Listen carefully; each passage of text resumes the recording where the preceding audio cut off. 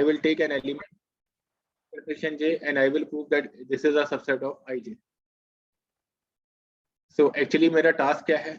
Let's say तो मेरा task क्या होगा? मेरा task ये होगा that X is an element of IJ because I need to prove the reverse inclusion. What is the theorem that I need to show that whenever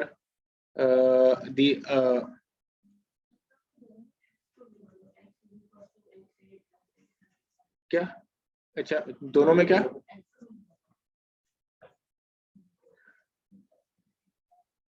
अच्छा ठीक है जो मैंने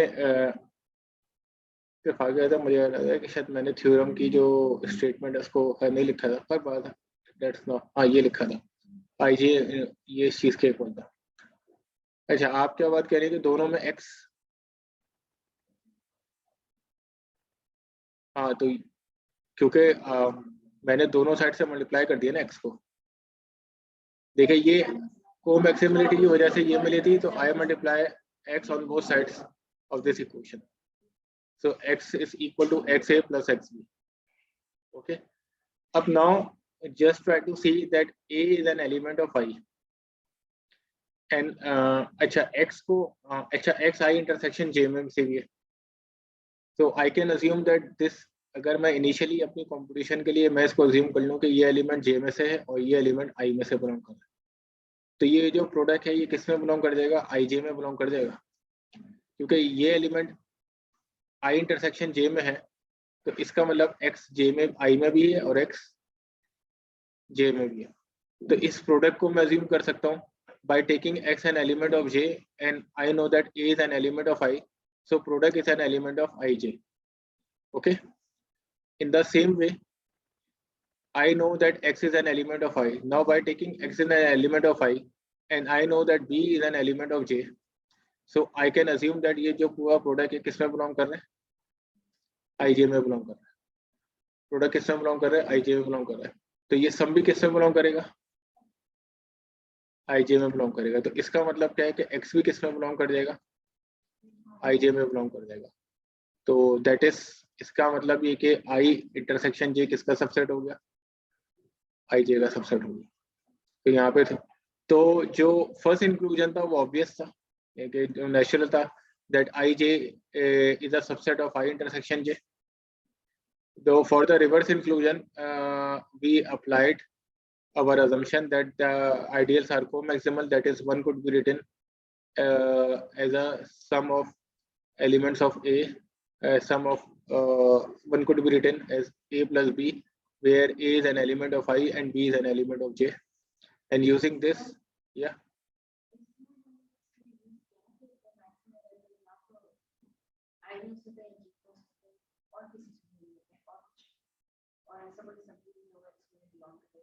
क्या चीज नहीं एक्स तो मैंने देखा क्योंकि एक्स को मैंने यहाँ से लिया ना एक्स को देखें जब मुझे ये रिवर्स इंक्लूजन प्रूफ करना था तो मैंने एक्स को वहां से पिक किया if I want to prove the reverse inclusion just like sides देखिए मैंने पहले ये मुझे इन दोनों को इक्वल दिखाना था I need to show that I J is equal to I intersection J to show that they are equal I need to show that they are subsets of each other तो अब problem ये था कि ये वाला inclusion तो obvious था now for the reverse inclusion I need to show that something is an I intersection J if X is an element of I intersection J then I need to show that that thing is sitting in the product.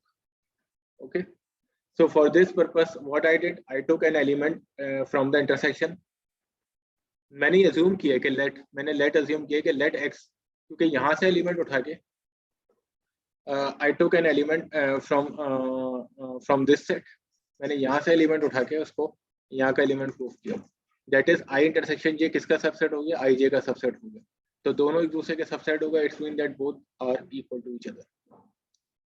Okay, any problem in the proof?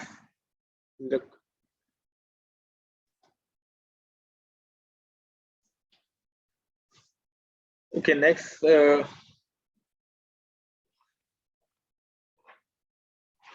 what we have the Chinese remainder theorem. तो actually वो co-maximality के साथ ही attach है कि that if we take co-maximal, if we take co-maximal ideals or pair-wise co-maximal ideals, then what will happen with the quotients?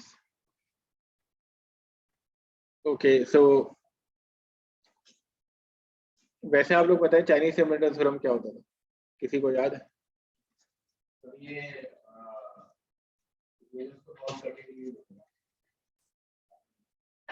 मैंने statement पूछी और बताने क्वेश्चन मैंने कहा आपको याद है आप लोग को चाइनीज रिमाइंडर थ्योरम?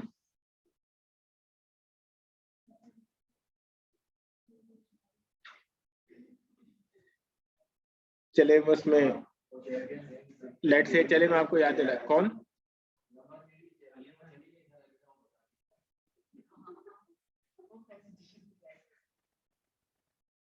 आप लोग ये करते होंगे जहाँ तक मुझे यानी कि याद है कि आपने सिस्टम ऑफ क्वेश्चन ले लिए जिसमें एन है।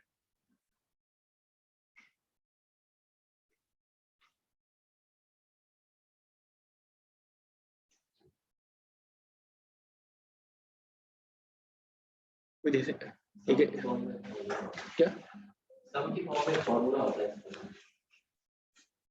सम की नहीं अच्छा चले मैं उसमें ये बात होती है कि system of linear modular equation होता था तो इनके सॉल्यूशन से रिलेटेड यानी क्या होता था कि अगर ये जो सारे एमआईज हैं ये रिलेटिवली प्राइम है तो इसका कोई ना कोई सॉल्यूशन एग्जिस्ट करेगा। तो वो ये बात बताता था कि अगर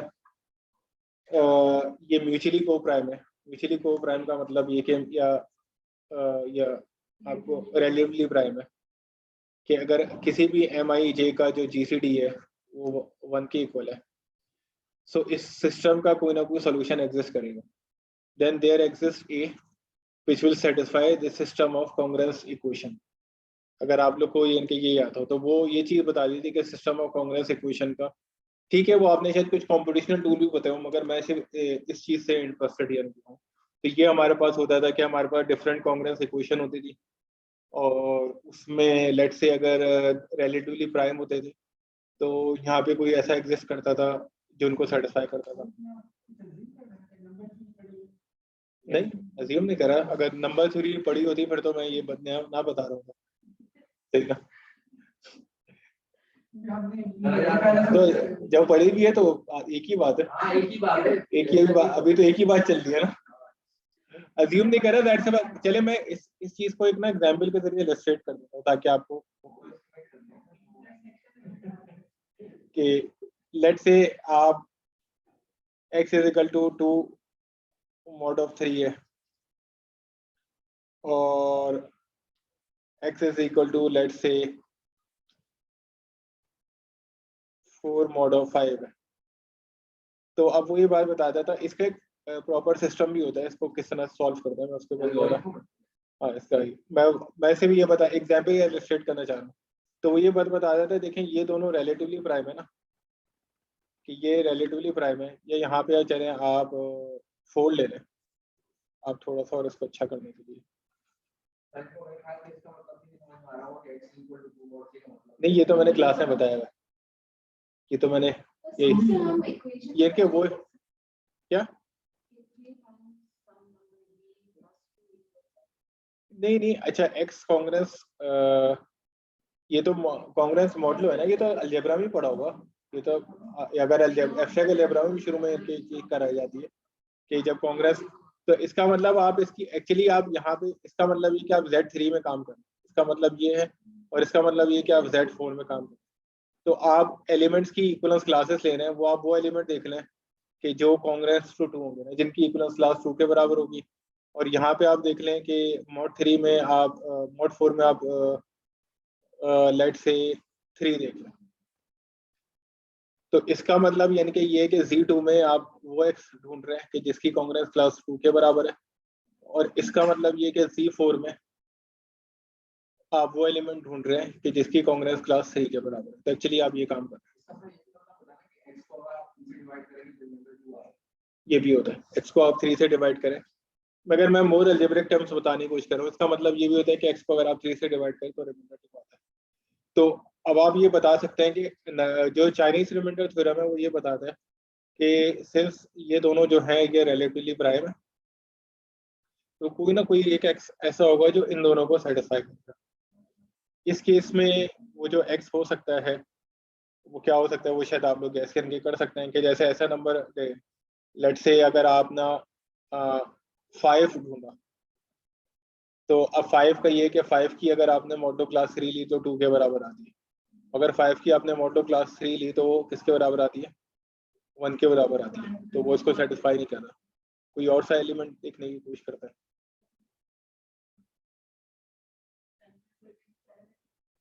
7 को अगर आप 3 से डिवाइड करें तो 7 को 4 से डिवाइड करें तो 3 आ रहा है। और कोई आगे जाने की कोशिश करें। से मैं तो गैस करने की चाह रहा हूँ, आप लोग इन केस को गैस कर सके। 11 को अगर 3 से डिवाइड करें तो 2 आता है, और 11 को 4 से डिवाइड करें तो 3 आता है। Actually x is equal to 11 is the solution. तो अब ये जो मैं जो इसे बताऊंगा वो इसका मेथड नहीं बताऊंगा कैसे आप निकालते हैं, बट ये कि ऐसा एग्जिस्ट करता है, वो थ्योरम बताएगा कि हाँ भाई कोई सोल्यूशन एग्जिस्ट करेगा इसका। तो ये कहलाता है चाइनीज नंबर थ्योरी में जो चाइनीज रिमाइंडर थ्योरम है। तो अब थोड़ा सा आप लोग को याद आ जाएगा। But now I will present Chinese remainder theorem for rings, and I will show you that this theorem, this Chinese remainder theorem, जिसकी मैं प्रॉपर स्टेटमेंट भी, इसकी स्टेटमेंट ये लिखी है कि let this is a let this thing be a system of, ये Chinese remainder theorem लिखा है फॉर नंबर थ्योरी वाला,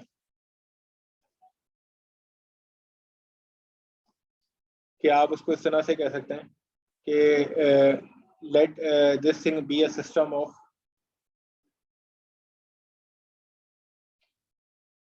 congruence या linear congruence equations such that GCD of MI MG if it is equal to 1.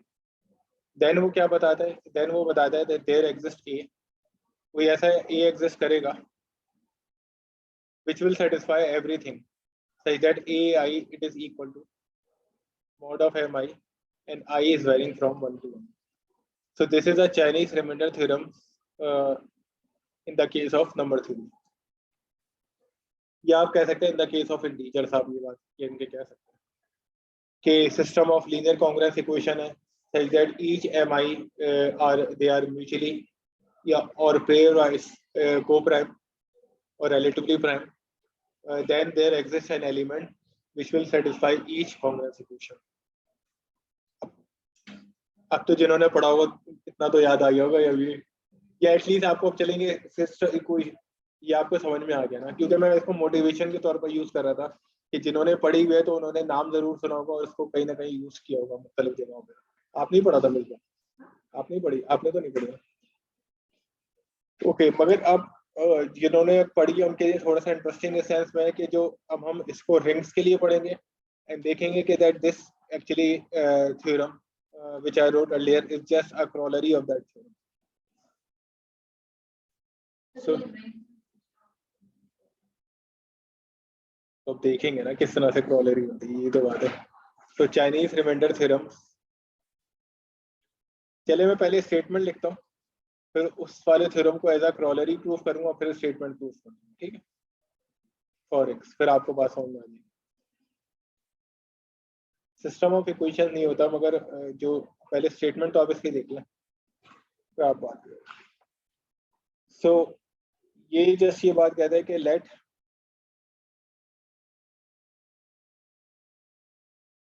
I1 I2 up to so on In, they are proper ideals of R. They are all proper ideals of R.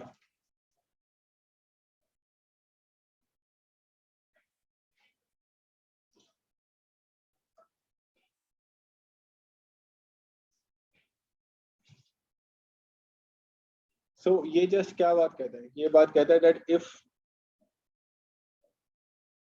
These ice, ये जो जितने भी मैंने ice बनाए हैं, जितने भी आई case बनाए हैं, फिर k is equal to 1 to n are mutually comaximal. अब म्यूचुअली कोमैक्सिमल का होने का मतलब क्या होता है? डेट इज, मैं जब भी इनमें से किसी दो का वो लूंगा, सम लूंगा, तो वो आर के बराबर आएगा। They are mutually comaximal, that is that whenever I will take the sum of let's say any इनमें से let's say मैंने any I k1 plus any I k2, तो ये दोनों का जो सम होगा किसके बराबर आएगा? for any I k या for any i's which are present in this list. So ये बात ये कहता है कि then क्या चीज इक्वल आएगी? R over intersection of I1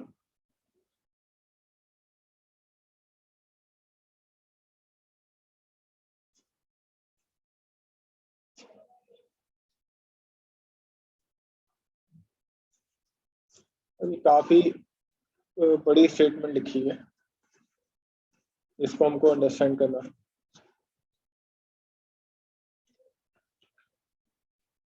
ये जस्ट ये दोनों चीजें क्या हो जाएंगी? आपस में आइसोमॉर्फिक हो जाएंगी।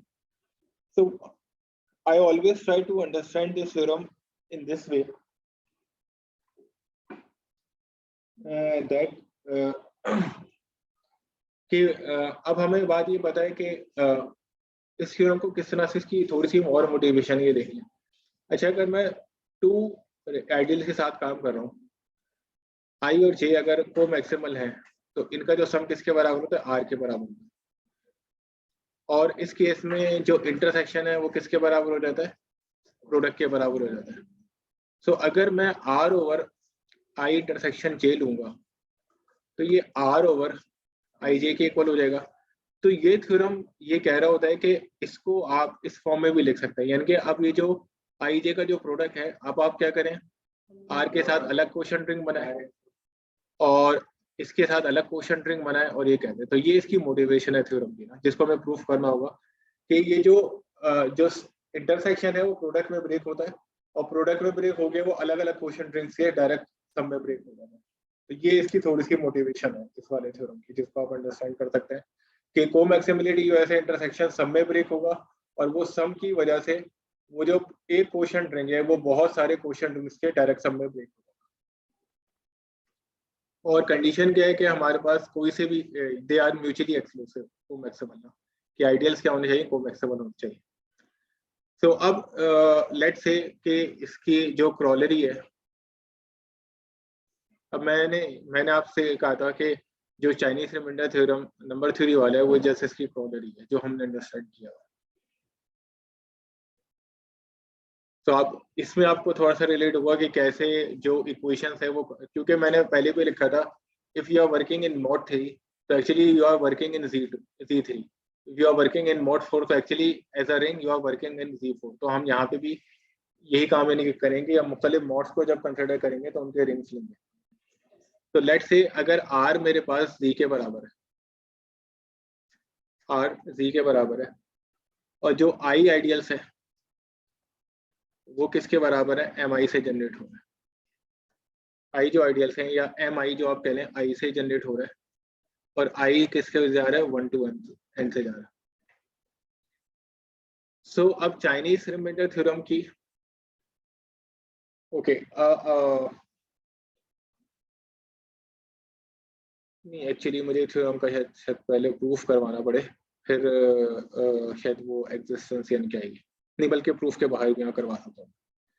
अब चाइनीज रिमाइंडर थ्योरम की क्या होती है कि ये जितने MIs हैं ये म्यूचुअली या रिलेटिवली को प्राइम है, ये कंडीशन है ना। तो इसका मतलब ये जितने आइडियल्स आ जाएंगे, ये तो देखें अगर हमने पहले भी देखा था कि इंटीजर्स में तो अगर वो रिलेटिवली प्राइम हो तो ये जो आइडियल्स हो जाएंगे ये क्या हो जाएंगे? ये आपस में पेयर वाइज को मैक्सिमल हो जाएंगे। Then this collection of ideals, ये जो मैंने आइडियल्स की कलेक्शन जो बनाई है, ये क्या हो जाएगी? it is they are mutually या pair max they are mutually, this collection is mutually co-maximal.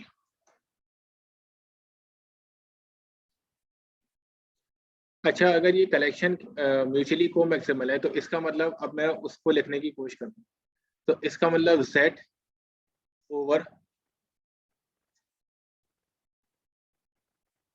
इसका मतलब Z over intersection of ideal generated by M1 intersection of ideal generated by Mn, ये किसकी हो जाएगा, Z ओवर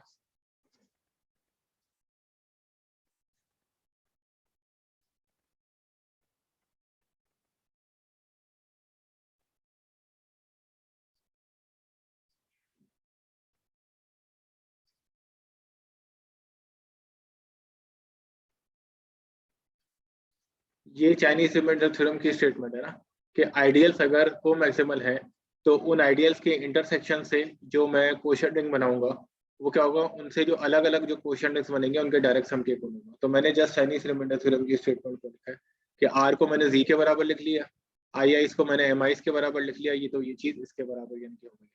अच्छा, मेरा assumption क्या था, मैंने इस अजम्पशन के साथ यूज किया था कि सारे के सारे को मैक्सिमल हैं। तो अब मुझे क्या दिखाना है कि एक कुछ कॉमन एलिमेंट होगा जो जिसमें a इज इक्वल टू ए आई इसके मॉड ऑफ एम आई के बराबर होगा, और ये क्या गिवन है कि ये सारी इक्वेशंस गिवन है कि x इज इक्वल टू। तो अब आपको ये बात बताएं कि जब ये जो पहली इक्वेशन है, जो ये वाली जो फर्स्ट इक्वेशन है,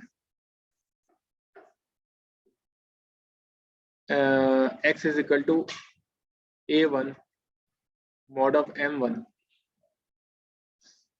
ये बेसिकली इक्वेशन कहाँ पर है, यहाँ पे इक्वेशन यानी क्या है। असल में इसको प्रूफ के बाहर करना चाह रहा हूँ कि प्रूफ में एक मैप है, उसके जरिए बड़ी आराम से नजर आ जाती है ये चीज। ओके, सो जो फर्स्ट इक्वेशन है वो कहाँ पर है, a1 मॉड ऑफ m1 इनके यहाँ पर है, क्योंकि वो जो एलिमेंट है वो यहाँ पर है, a1 मॉड ऑफ m1 है। जो सेकंड इक्वेशन है a2 मॉड ऑफ m2 के इक्वल है, एंड द लास्ट इक्वेशन क्या है, an मॉड ऑफ mn।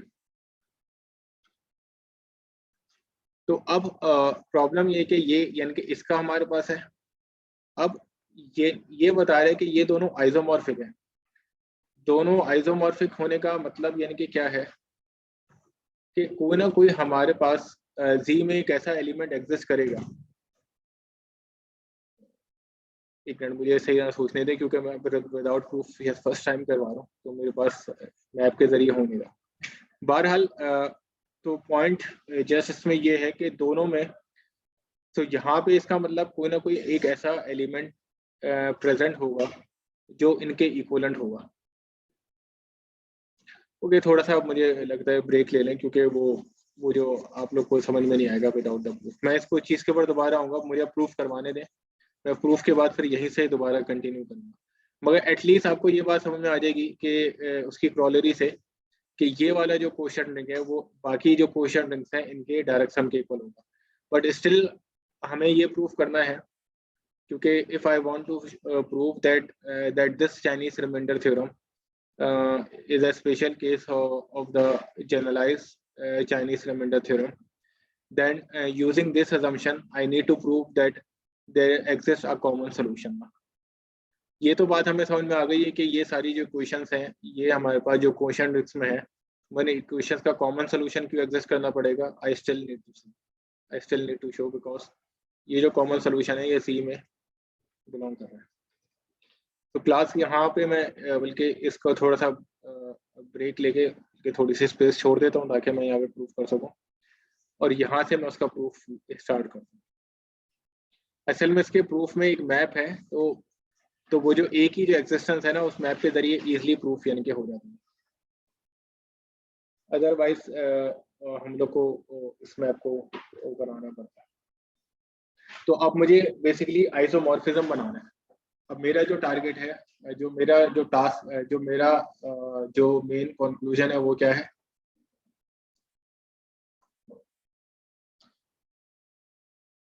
कि मुझे ये चीज शो करना है कि R over I1 intersection I2 up to so on intersection IN किसका आइसोमॉर्फिक है? I1 direct sum up to so on R over IN के। और कंडीशन क्या है कि ये आइडियल्स क्या है? कोमैक्सिमल है। तो यहाँ पे मैं क्या शो करूंगा? मैं फर्स्ट आइसोमॉर्फिज्म थ्योरम प्रूव करने की कोशिश करूंगा। मैं किस तरह से शो करूंगा कि मैं पहले एक मैप क्रिएट करूंगा फ्रॉम R टू, मेरा पहला स्टेप क्या होगा कि पहले मैं ये एक मैप क्रिएट करूंगा, एक मैप आपको बताऊंगा जो R से R1 में जा रहा होगा। फिर नेक्स्ट स्टेप क्या होगा कि मैं इस मैप को सर्जेक्टिव प्रूफ करूंगा, जो मुझे प्रूफ करना है। और जो थर्ड स्टेप होगा वो ये कि इसका जो कर्नल है, इस मैप का जो कर्नल है वो मैं प्रूफ करूंगा I1 intersection I2 up to so on intersection of IN। तो जैसे ही मैं तीनों चीजें प्रूफ कर लूंगा, अच्छा इस मैप को मैं होमोमॉर्फिज्म, ये एक मैं होमोमॉर्फिज्म क्रिएट करूंगा फ्रॉम R। तो जैसे ही मैं तीनों चीजें प्रूफ कर लूंगा तो जो फर्स्ट आइसोमॉर्फिज्म थ्योरम मुझे क्या स्टेटमेंट देगी, वो मुझे क्या प्रोवाइड कर देगा? देखिए फर्स्ट आइसोमॉर्फिज्म थ्योरम मुझे मेरा कंक्लूजन एक्चुअली प्रोवाइड कर देगा। मेरा ये कंक्लूजन होना चाहिए, मेरा कंक्लूजन ये होना चाहिए। देखिए फर्स्ट आइसोमॉर्फिज्म थ्योरम क्या कहता है? R over kernel of the homomorphism is equal to the image of the homomorphism. तो एक्चुअली मैं जब मैं इसको सब्जेक्टिव प्रूफ कर दूंगा तो इसका मतलब क्या होगा कि इसका जो इमेज हो जाएगा वो क्या हो जाएगा? ये पूरा का पूरा ये चीज हो जाएगी जो मुझे चाहिए। इसका जो इमेज हो जाएगा ये पूरी की पूरी ये चीज हो जाएगी। और अगर मैं और कर्नल ये प्रूफ कर दूंगा तो इसका मतलब कि कहा जाएगा कर्नल का पूरा ये आ जाएगा। तो R over kernel of the homomorphism is isomorphic to the image of the homomorphism. ये बात होती है ना। देखिए फर्स्ट आइसोमॉर्फिज्म थ्योरम क्या कहते हैं? R over kernel of F किसके बराबर होगा? इमेज ऑफ F के बराबर होगा ना। तो कर्नल इस चीज के बराबर हो गया, इमेज इस चीज के बराबर हो गया, तो इससे मेरा क्या प्रूफ हो गया? कंक्लूजन प्रूफ हो गया। तो actually I need to show कि मैं अगर ये तीनों स्टेप्स प्रूव कर लूं और fundamental theorem of isomorphism apply कर लूं, then I will arrive at the conclusion. Okay, so in order to prove the conclusion I need to prove these things. First I need to create a homomorphism from R to the direct sum of quotient rings. Then I need to prove that this map is surjective, and then I need to prove that the kernel of this map is just the intersection of all ideals. Now since the fundamental theorem of isomorphism implies that R, so using, so from here fundamental of theorem of isomorphism अगर मैं use करूँ, so from here I will get R over kernel of phi, it is equal to image of phi, and this will actually prove my conclusion. तो मुझे बस 3 steps follow करना है। तो पहले स्टेप के लिए मैं पहले एक होमोमॉर्फिज्म क्रिएट करता हूँ। तो होमोमॉर्फिज्म को इतनी डिफिकल्ट नहीं है, बहुत नेचुरल होमोमॉर्फिज्म है। अब देखें यहाँ पे R है और यहाँ पे क्या है? R ओवर I1 है। अच्छा आपको पता है कि R से R ओवर I1 तक कौन सी नेचुरल होमोमॉर्फिज्म होती है जो हर एक एलिमेंट को उसके कोसेट में लेके जाती है? तो अगर यहाँ पे एक एलिमेंट है, इसका ए एलिमेंट है अगर R का, तो यहाँ पे किस में चला जाएगा? A over. मगर अब मेरे पास क्या डायरेक्ट सम है, A ओवर I1 I2। तो यहाँ पे अब नेचुरल होमोमॉर्फिज्म क्या हो जाएगी जो F बनाना चाह रहा हूँ कि देखें यहाँ पे एलिमेंट्स क्या होता है कि यहाँ पे एलिमेंट्स कोऑर्डिनेट्स फॉर्म में होते हैं कि पहला कोऑर्डिनेट किससे बिलोंग कर रहा होगा? R ओवर I1 से। सेकंड कोऑर्डिनेट किससे बिलोंग कर रहा होगा? R ओवर I2 से। तो इसका मतलब ये मैप किस में चला जाएगा कि फर्स्ट A1 प्लस, यानी कि हर रिंग में उसकी हम इक्वलेंस क्लास उससे कोसेट इंड्यूस ले लेंगे, एंड यहाँ पे क्या चलेगा? A प्लस IN चला जाएगा। तो ये एक नेशनल मैप है। तो एफ ऑफ ए मैंने कैसे डिफाइन कर दिया? F of A it is just equal to A plus I1 A plus I2 up to so on A plus IN।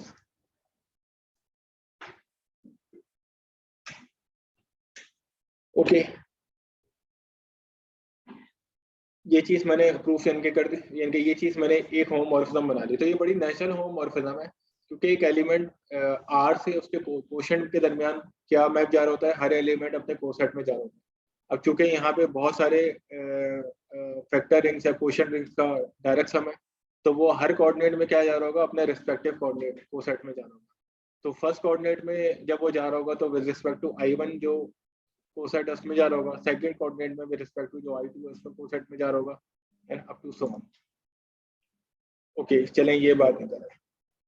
अब इसमें क्या कहते हैं, ये मैप होमोमॉर्फिज्म है, तो एफ इज अ होमोमॉर्फिज्म, क्योंकि ये नेशनल मैप इंड्यूस हो रहा है, नेशनल मैप से बन रही है, तो एफ इज अ होमोमॉर्फिज्म। तो आप चाहें तो प्रूफ कर लें, but since this map is induced by national homomorphism, so that's why it is a homomorphism.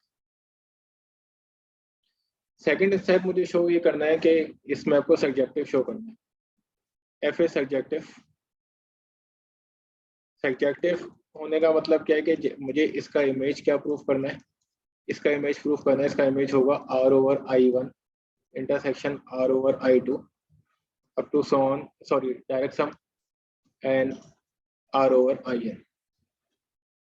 अच्छा, किसी भी मैप को सर्जेक्टिव आप किस तरह से प्रूफ करते हैं, स्टैंडर्ड प्रोसीजर होता है कि एक एलिमेंट आप यहाँ से लेंगे, मैं क्या शो करूंगा कि whenever I will pick an element from the image from this thing, I will show that there exists something, कि उसका जो इमेज होगा किसके बराबर होगा।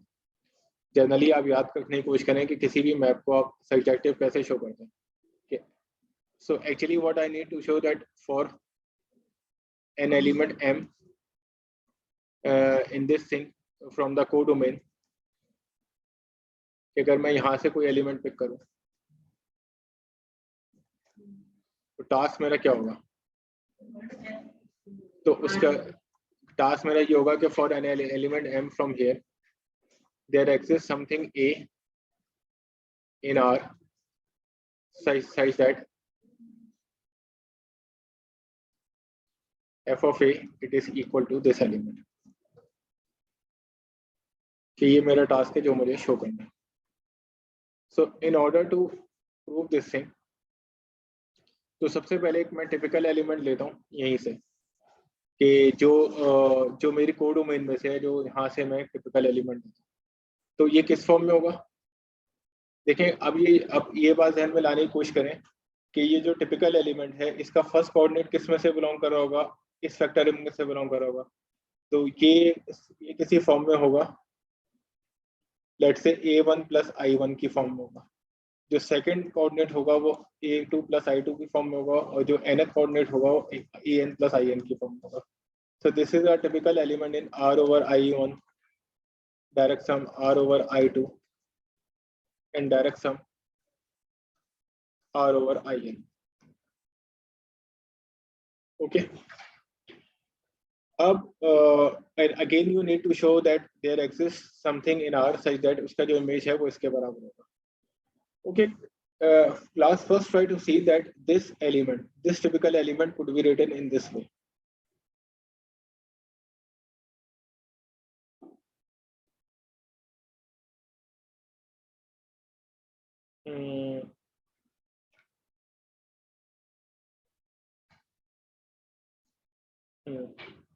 मुझे इसको लिख के बताना पड़ेगा। नॉट I1 क्योंकि रिंग होमोमॉर्फिज्म है ना, तो प्रोडक्ट की फॉर्म में लिखा है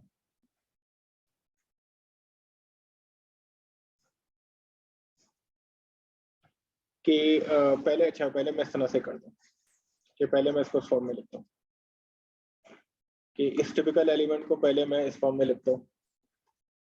अच्छा, यहाँ पे मैं 0 लिख रहा हूँ, एक्चुअली आई चले मैं 0 plus I2,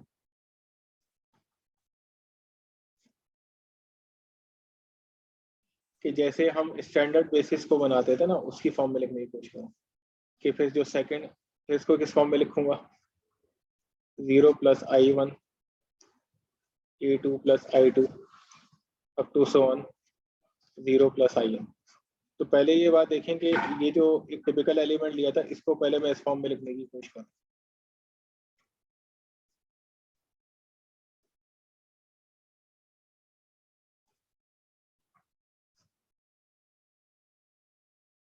Any problem in this step? So I just break sorry plus है यहाँ पे भी। सो मैंने ये जो मेरा एलिमेंट था ये वाला, इसको मैंने इस फॉर्म में ब्रेक कर दिया। आप देख सकते हैं जैसे इनका सम लूंगा तो मुझे ओरिजिनल एलिमेंट मिल जाएगा। फर्दर मोर अब मैंने इसको किस तरह से लिख दिया, इसको मैंने लिख दिया a plus I one into 1 plus I one and up to so on 0 plus I N. अब मैं इतना डिटेल में नहीं रख रहा, और अप टू सो ऑन ये आ जाएगा a n plus I N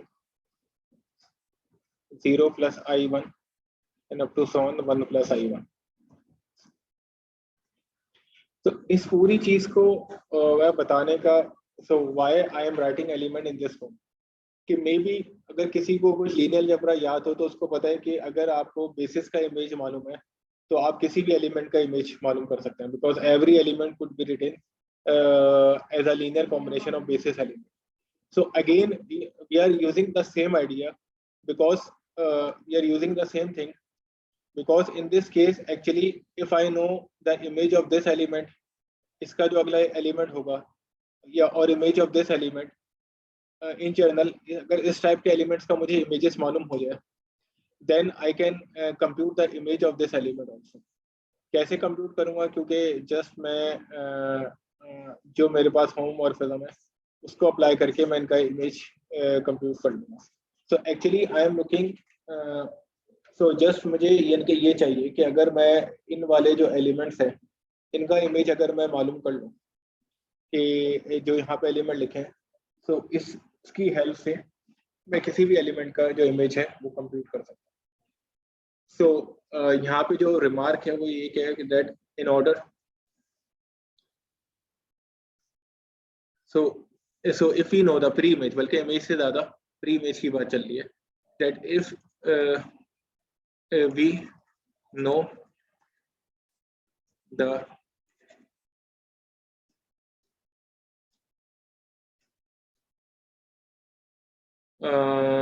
if we know the pre-image, और इसका मैं रीज़न भी बताऊंगा ऐसा क्यों है, बिकॉज मुझे इस एलिमेंट का प्री-इमेज पता है, मुझे इस एलिमेंट का प्री-इमेज पता है. तो अगर मुझे इस वाले एलिमेंट का प्री-इमेज मालूम हो जाए इन वाले एलिमेंट्स का, say if you know the pre-image of 1 plus I one up to so on 0 plus I N,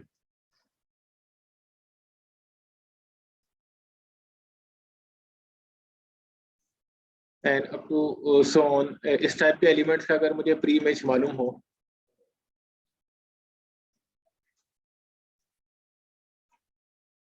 then we can compute the pre-image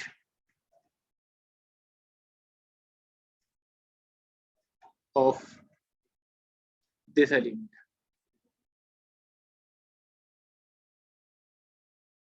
Then we can compute the, and why actually this thing happening, because जो ये वाला जो let's say अगर, क्योंकि इसका जो pre image है वो क्या है, a1 है. इसका जो प्री इमेज है ये हमें पता है कि a1 प्लस आई का इसका जो प्री इमेज है an है. तो अगर मुझे इन सब के प्री इमेजेस मालूम हो जाए तो मैं क्या करूँगा, a1 plus pre image of this thing plus a2 up to so on an plus into pre image of this thing. तो मुझे क्या मालूम हो जाएगा, इस पूरा लीनियर कॉम्बिनेशन बना के मुझे इस पूरे एलिमेंट का प्री इमेज मालूम हो जाएगा. तो if I know the pre image of this element, pre image of this element, so by taking a1 into this thing up to so on an plus this thing, I can compute the pre-image of the whole element. So that's why I am only interested in the pre-images of the basis element. जैसे मैं सिर्फ basis elements के pre-images में interested हूँ. So next, तो इसका मतलब ये कि मुझे इन basis elements का pre-image compute करना है. That you can compute the, और अगर मैंने किसी भी एलिमेंट का प्री इमेज कंप्यूट कर लिया तो इसका मतलब वो मैप क्या हो जाएगा, सब्जेक्टिव हो जाएगा. सो विच इम्प्लाई, सो ये चीज इम्प्लाइज कर देगा कि that F is a subjective map. तो क्लास ये क्या था कि अगर हमें एफ को सब्जेक्टिव प्रूफ करना था, then we have to compute the pre image of a typical element. For this purpose what we have seen that if we know the pre image of the basis, then we can compute the pre image of that typical element. So अब इसका मतलब मैं सिर्फ basis के pre image में interested हूँ. सो इन particular अगर मैं सिर्फ एक बेसिस के लिए काम करता हूँ, in particular we will compute the pre image of the first basis element. तो बाकी जो बेसिस एलिमेंट्स हैं उनका प्री इमेज भी वैसे ही कंप्यूट हो जाएगा। Pre image of a1 plus i1, 0 plus i2 and up to so on 0 plus in। और इसका जो प्री इमेज हम कंप्यूट करेंगे वो अपने हाइपोथेसिस की हेल्प से करेंगे। जो हमारा हाइपोथेसिस क्या कहता था कि sorry 1 1 sorry. So and actually I will compute the pre-image using the hypothesis। क्या hypothesis था? That ideals are mutually co-maximal। Okay, so if ideals are since ideal are so now that since ideals are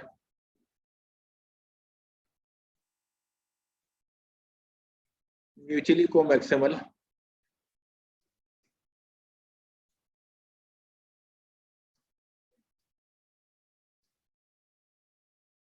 therefore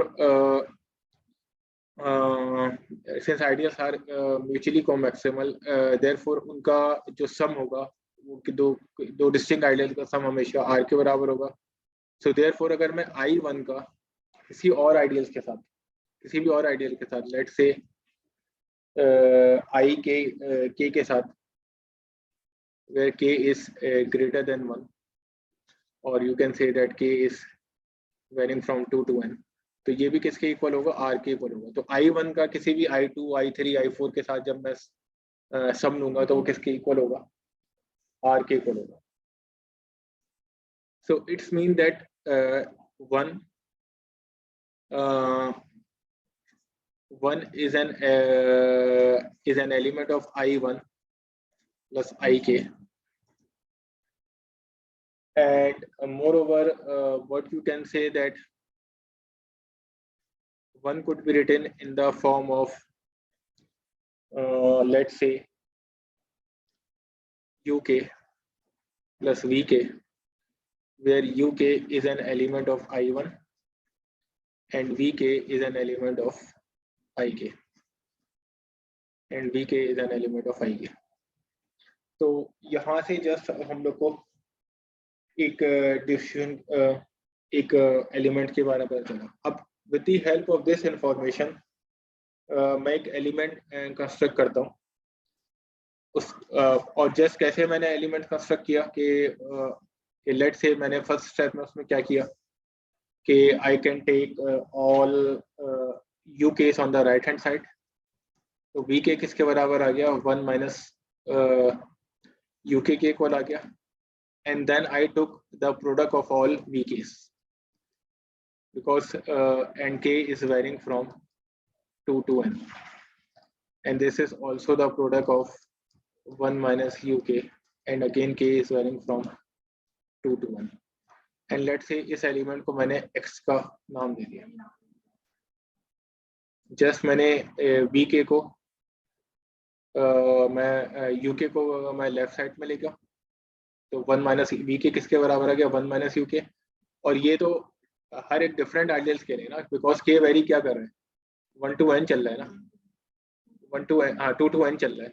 तो इसका मतलब ये जितने भी we case से मैंने सबका क्या ले लिया? प्रोडक्ट ले लिया। यानी कि ये आपको प्रोडक्ट ऐसे नजर आ रहा होगा v2 v3 up to so on vn की फॉर्म में नजर आ रहा होगा, और राइट हैंड साइड में जाके ये प्रोडक्ट आपको किस फॉर्म में नजर आ रहा होगा? 1 minus u2 1 minus u3 up to so on 1 minus u1 की फॉर्म में नजर आ रहा होगा। अच्छा ये सारे जो वी केस हैं ये हमारे पास सारे जो वी केस हैं v2 किस अब हम पहले लेफ्ट हैंड साइड को इसको अज्यूम करते हैं कि x हमारे पास कहाँ से बिलोंग करता है। सो अच्छा, और अच्छा ये वाला जो एलिमेंट है वन प्लस के इसमें ये जो हमें राइट हैंड साइड पे, ये पहले जो लेफ्ट हैंड साइड में नजर आ रहा है। अच्छा, V2 हमारे पास किस में बिलोंग कर रहा है? V2 हमारे पास I2 में है, ये हमारे पास I3 में है, ये हमारे पास IN में है। ओके, सो जस्ट तो हम लोग को क्या प्रूफ है इनके तो ये जो पूरा प्रोडक्ट होगा ये किस में बिलोंग कर रहा होगा? ये पूरा प्रोडक्ट I1 में भी बिलोंग कर रहा होगा, I2 में भी बिलोंग कर रहा होगा, I3 में बिलोंग कर रहा होगा। तो ये जो पूरा का जो प्रोडक्ट है ये इस इंटरसेक्शन में बिलोंग कर रहा होगा। I2 I3 से लेके इंटरसेक्शन ऑफ IN तक बिलोंग कर रहा होगा।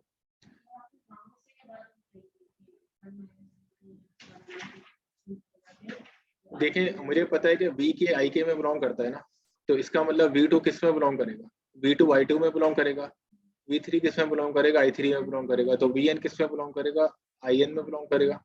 तो ये जो प्रोडक्ट है ये किस में बिलोंग करेगा? इंटरसेक्शन में बिलोंग करेगा, क्योंकि पूरा एक एलिमेंट अगर I2 में है तो पूरा प्रोडक्ट भी I2 में होगा। V3 अगर I2 में है तो प्रोडक्ट किस फॉर्म में ब्रेक करेगा। ओके, अब इसी तरह अब मैं लेफ्ट हैंड साइड की रिप्रेजेंटेशन देख, राइट हैंड साइड की। पहले मैंने एक्स की रिप्रेजेंटेशन देखी। मैं असल में एक्स को दिखाना चाह रहा हूँ कि एक्स कहाँ से बिलोंग यानी कर रहा है, क्योंकि मुझे इन द एंड क्या दिखाना है?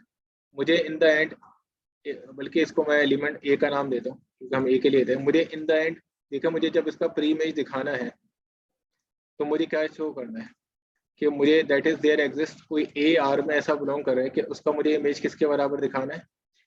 इस बेसिस एलिमेंट के तौर पर दिखाना है। तो मैं उस एलिमेंट को क्रिएट करना चाह रहा हूँ, मैं उस एलिमेंट को क्रिएट करना है। अब देखें, ये वाला जो है ये इन सबके इंटरसेक्शन में बिलोंग कर रहा है। इन जनरल आप ये बात कह सकते हैं कि ये एलिमेंट जो एक्स है ये I2 में भी बिलोंग कर रहा है, ये I3 में भी बिलोंग कर रहा है, सॉरी ए, ये जो एलिमेंट है ए है, और ये IN में भी बिलोंग कर रहा है। ये तो इसकी राइट हैंड साइड की रिप्रेजेंटेशन चल रहा है, क्योंकि A V2 V3 up to so on VN है, तो ये तमाम इनमें बिलोंग करेगा।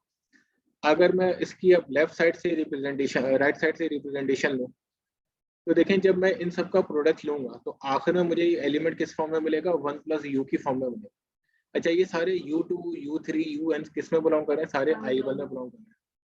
तो जब मैं इनका प्रोडक्ट लूंगा तो प्रोडक्ट में 1 इन्वॉल्व होगा, और वो जो इसके अलावा जो भी प्रोडक्ट बनेगा वो एक ऐसा एलिमेंट बनेगा जो I1 में बिलोंग करेगा।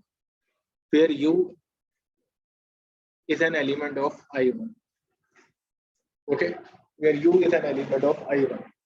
तो यहाँ से आपको क्लास क्या पता चला कि एक एलिमेंट मैंने कंस्ट्रक्ट किया। पहले मैंने मैंने पहले कंडीशन ली कि आइडियल्स म्यूचुअली को मैक्सिमल है, तो इसके अलावा I1 प्लस I के R से बराबर होगा। तो वहां से मैंने 1 की ये रिप्रेजेंटेशन ली मुख्तलिफ। तो इन रिप्रेजेंटेशन से मैंने एक प्रोडक्ट बनाया। अब वो जो प्रोडक्ट है वो A के बराबर है। ये प्रोडक्ट I2 I3 IN सबसे बिलोंग कर रहा है, और प्लस इस प्रोडक्ट को इस फॉर्म में लिखा जा सकता है, 1 प्लस यू की फॉर्म में लिखा जा सकता है, where U is an element of I1। क्योंकि जैसे ही मैं इस प्रोडक्ट को इवेल्युएट करूंगा तो सारे U2 आपस में मल्टीप्लाई होंगे या U2 किसी 1 से मल्टीप्लाई होगा। तो इन द एंड सारे U केस जो है वो I से बिलोंग कर रहे हैं। तो जो प्रोडक्ट बनेगा सारे U केस का वो सारा का सारा I1 से बिलोंग करेगा। सिर्फ और एक एलिमेंट आपको 1 जरूर मिलेगा, क्योंकि जब 1 आप आपस में मल्टीप्लाई होंगे तो 1 आंसर प्रोवाइड करेगा। तो इसका मतलब इस एक एलिमेंट की ए की मुझे ए के बारे में मुझे 2 इन्फॉर्मेशन मालूम है। एक तो ये इन्फॉर्मेशन मालूम होगी और दूसरा ए इस फॉर्म में लिखा जा सकता है। ए 1 प्लस यू की फॉर्म में लिखा जा सकता है और you is an element of I1 है, और ए की सेकंड इन्फॉर्मेशन ये है। अब आप इस ए का इमेज लें अंडर एफ। ए का इमेज अंडर एफ क्या आएगा? A plus I1, A plus I2 up to so on A plus IN। ये ए का इमेज है, हमें मालूम है।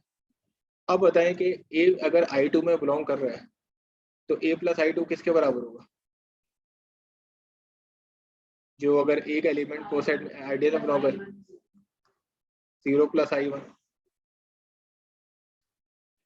और ए अगर बराबर है 1 प्लस यू I1, और ए बराबर है 1 प्लस यू I1 के बराबर है, और यू किस में बिलोंग कर रहे हैं? I1 में। तो ये किसके बराबर है? तो u प्लस I1 0 के बराबर है, तो ये किसका है? 1 प्लस I1 की। तो हमें प्री इमेज मिल गया, तो it implies that A is a pre image. तो इसका मतलब हर एक बेसिस एलिमेंट का प्री इमेज मौजूद है। मैंने एक पर्टिकुलर के साथ काम किया है, इसी तरह आप हर एक बेसिस एलिमेंट के साथ है A is a pre image of 1 plus I1, 0 plus I2 and up to so on 0 plus IN। तो इसी तरह से आप तमाम बेसिस एलिमेंट का प्री इमेज मालूम कर सकते हैं, और हमें बेसिस का प्री इमेज मालूम है, तो you can compute the pre image of any element, so which implies that F is surjective। So which implies that F is surjective। अब स्टेप 3 में मुझे क्या शो करना था? स्टेप 3 में मुझे ये शो करना था that ये स्टेप इतना मुश्किल नहीं है, that kernel of F is equal to I1 intersection I2 up to so on intersection IN। अच्छा, एक एलिमेंट कर्नल में है तो इफ एंड ओनली इफ के साथ ही प्रूफ करूंगा। If something is in the kernel, if something in the kernel, तो ये इफ एंड ओनली इफ के साथ कंडीशन होती है। तो इसका मतलब उसका इमेज किसके बराबर होगा? 0 into 0। और वैसे इसका इमेज किसके बराबर होता है? A into A plus I1 and up to so on A plus IN। तो इसका मतलब ये condition if and only if के साथ क्या आ जाएगी, क्योंकि दोनों इंक्लूजन एक साथ ही प्रूफ हो रहे हैं। तो इसका मतलब A plus I1 किसके बराबर होगा? अच्छा, बेसिकली इसका जो कर्नल होगा ना, इसका जो 0 इमेज होगा उसको मैं प्रॉपर लिख देता हूँ, वो बराबर होगा 0 plus I1, 0 plus I2 and up to so on 0 plus IN। इसका मतलब A1 किसके बराबर है? 0 plus I1 के बराबर है। A1 plus I2 किसके बराबर है? 0 plus I2 के बराबर है। And up to so on A plus IN किसके बराबर है? 0 plus IN के बराबर है। Now this thing implies that, ये चीज क्या इम्प्लाइज करेगी कि A कहाँ से बिलोंग कर गया? I1 से। ये चीज क्या इम्प्लाइज करेगी? A कहाँ से बिलोंग कर गया? I2 से। और ये चीज क्या इम्प्लाई करेगी? A कहाँ से बिलोंग कर गया? IN से। तो ये चीज क्या इम्प्लाई करेगी कि A कहाँ से बिलोंग करे? इनके इंटरसेक्शन से। मैंने ये जो कंडीशन है या बाय इम्प्लीकेशन इस वजह से लिखी है क्योंकि आपको नजर आ जाना चाहिए कि अगर एक एलिमेंट कर्नल में है तो वो इंटरसेक्शन में होगा, और उसी आर्गुमेंट को आप बिल्कुल रिपीट कर सकते हैं, रिवर्स भी ले आ सकते हैं। इंटरसेक्शन में तमाम आइडियल्स में होगा तो तमाम कोसेट 0 के बराबर होंगे। इसका मतलब प्री इमेज क्या होगा? उस एलिमेंट का 0 के बराबर होगा, तो एलिमेंट कर्नल में होगा।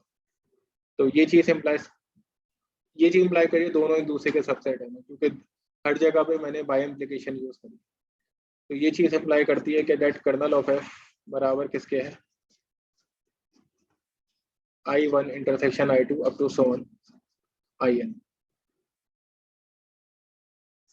So now तीनों स्टेप्स हमारे पास बराबर प्रूफ करने हैं कि एफ होमोमॉर्फिज्म है, एफ सब्जेक्टिव है और कर्नल ऑफ एफ इसके बराबर है।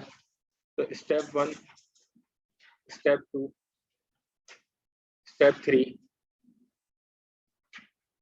implies that R over I1 intersection up to so on intersection IN is isomorphic to R over I1 direct sum of R over IN। चलिए, ये तो proof कर दिया। जस्ट मैं वो जो क्रॉलरी आपकी प्रूफ करना चाह रहा था, वहां पे जो मैंने इनिशियली आपसे कहा था मैं इसको प्रूफ करूंगा। अब आपको ये बात पता है कि ये जो मैप मैंने यहाँ से क्रिएट किया था, एफ जो जी से लेके यहाँ तक जा रहा था, जी ओवर M1, या मैं इसको, क्योंकि ये आइसोमॉर्फिक होता है, जी M1 के आइसोमॉर्फिक होता है,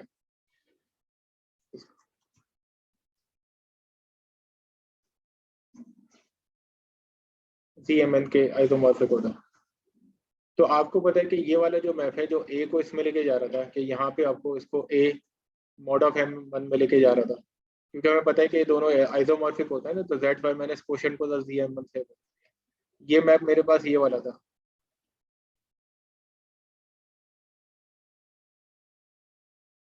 तो एक्चुअली मुझे पता है कि ये वाला जो मैप है सब्जेक्टिव मैप है, तो इसका मतलब कि वेन एवर, तो वो ये बता रहा होता है कि since F is a subjective map,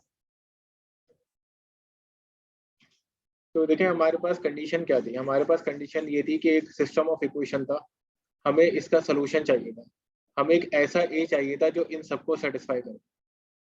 हमें देखिए चाइनीज रिमाइंडर थ्योरम की ये बात थी ना कि that we are looking for a which is satisfying, we are looking for a which is satisfying this condition, हमें ये बात थी। तो अब ये बात बता रहा है कि हमें पता है कि थ्योरम के प्रूफ से कि अगर मैं सिर्फ इस पर्टिकुलर रिंग की बात करूं, मैं इस ऐसे पर्टिकुलर रिंग की बात करूं, जिस पर्टिकुलर केस की बात करूं, तो आई नो कि ये वाले दोनों, वही क्या बात बताता है, वही बात बताता है कि ये वाला जो मैप है, सिंस ये जो मैप हमने डिफाइन करते हैं, ये मैप सब्जेक्टिव मैप है, इसका मतलब कि when ever I have a system of equations, system of Congress linear equations, तो कोई ना कोई एक ऐसा एलिमेंट होगा जिसका जो इमेज होगा वो इसके बराबर यानी कि हो जाएगा, तो इसका मतलब वो इन सारी कंडीशन को सेटिस्फाई करेगा। सो हम आपके सामने ये बात थी ना कि सिस्टम ऑफ इक्वेशंस था, तो हर सिस्टम ऑफ इक्वेशन कहाँ पे था, इसमें था। मैं पहले सिस्टम ऑफ इक्वेशन लिख दूंगा।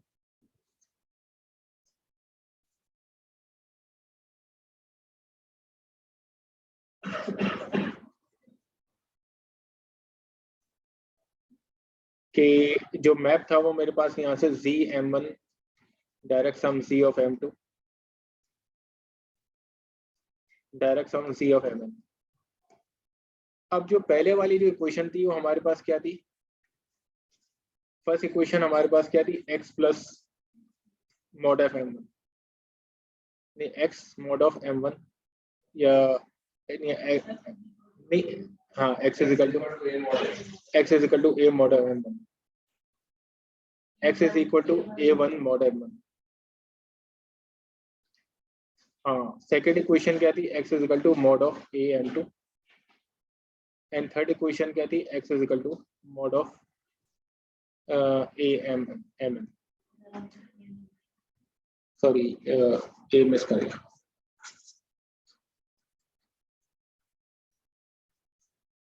इसको इस तरह से लिख देता है कि फर्स्ट इक्वेशन थी x इज इक्वल टू, इसका मतलब ये जो फर्स्ट एलिमेंट था वो m1 में होगा, x is equal to mod of m1, and जो सेकंड इक्वेशन होगा वो a2 mod of m2, and ये वाला क्या होगा, an मॉड ऑफ mn। अब ये बात क्या बता रहा है कि इसका ये क्योंकि f मैप सब्जेक्टिव है, सिंस यहाँ से लेके f जो मैप जा रहा था z से लेके यहाँ तक, ये एक सब्जेक्टिव है, इसका मतलब क्या है कि there exist a in z, जो इस इक्वेशन को क्या करेगा, सही दैट उसका इमेज किसके बराबर होगा, इसके बराबर होगा। तो एक्चुअली पहली बात है, ये जो हमारे पास गिवन इक्वेशंस थी, इन इक्वेशन की हेल्प से हमने एक एलिमेंट कंस्ट्रक्ट किया। With the help of these equations, we constructed an element here. We constructed an element here which is in the direct sum. And now we know that this element has a pre-image. और इसका जो pre-image किसके बराबर होगा, AZ के बराबर होगा। और जैसे ही मैं इस एलिमेंट का मैं इमेज निकालूंगा, तो वो किसके तो इस एलिमेंट का जब मैं इमेज निकालूंगा तो किस, वेट एक मिनट जस्ट, इस एलिमेंट का प्री-इमेज किसके बराबर होगा, a1 मॉड ऑफ m1, और ये किसके बराबर हो जाएगा, a1 मॉड ऑफ m1। तो इसका मतलब ये जो एलिमेंट a है वो इस इक्वेशन को भी सेटिस्फाई करवा रहा होगा। फिर इसका जो सेकंड कोऑर्डिनेट आ जाएगा वो a is equal to mod of m2 आ जाएगा, जो इसके इक्वल होगा। तो इसका मतलब a इस वाली इक्वेशन को भी सेटिस्फाई करा रहा होगा, और a का जो इमेज होगा और इसका जो लास्ट कोऑर्डिनेट होगा वो बराबर किसके होगा, a over mod of mn के बराबर होगा, जो उसको भी सेटिस्फाई करा रहा होगा। So I am just trying to show that due to the subjectivity, you will get a solution. You will always get a solution of this system of linear equations, linear congruence equation, because given हमारे पास क्या था, जो Chinese remainder theorem क्या कहता है कि ये एक सिस्टम ऑफ कांग्रेस इक्वेशन मौजूद है। तो इस सिस्टम ऑफ कांग्रेस इक्वेशन की हेल्प से मैंने एक एलिमेंट कंस्ट्रक्ट किया इस सिस्टम ऑफ कॉन्ग्रुएंस, क्योंकि मुझे एक ऐसा एलिमेंट चाहिए, मैंने एक एलिमेंट कंस्ट्रक्ट किया जो इस डायरेक्ट सम में, which is sitting on this element on this direct sum, and now we know that this map from Z to this direct sum is a surjective map. तो इसका मतलब इस element का कोई ना कोई प्री इमेज मौजूद होगा, और जैसे ही मैं उस प्री इमेज का इमेज लेके इसके साथ इक्वेट करवाऊंगा तो आई विल फाउंड, सो वो जो प्री इमेज है actually this is the element for which we are looking for, and this is the common solution for all system of linear for all linear congruence equation. Okay class, so thank you. तो यहाँ पे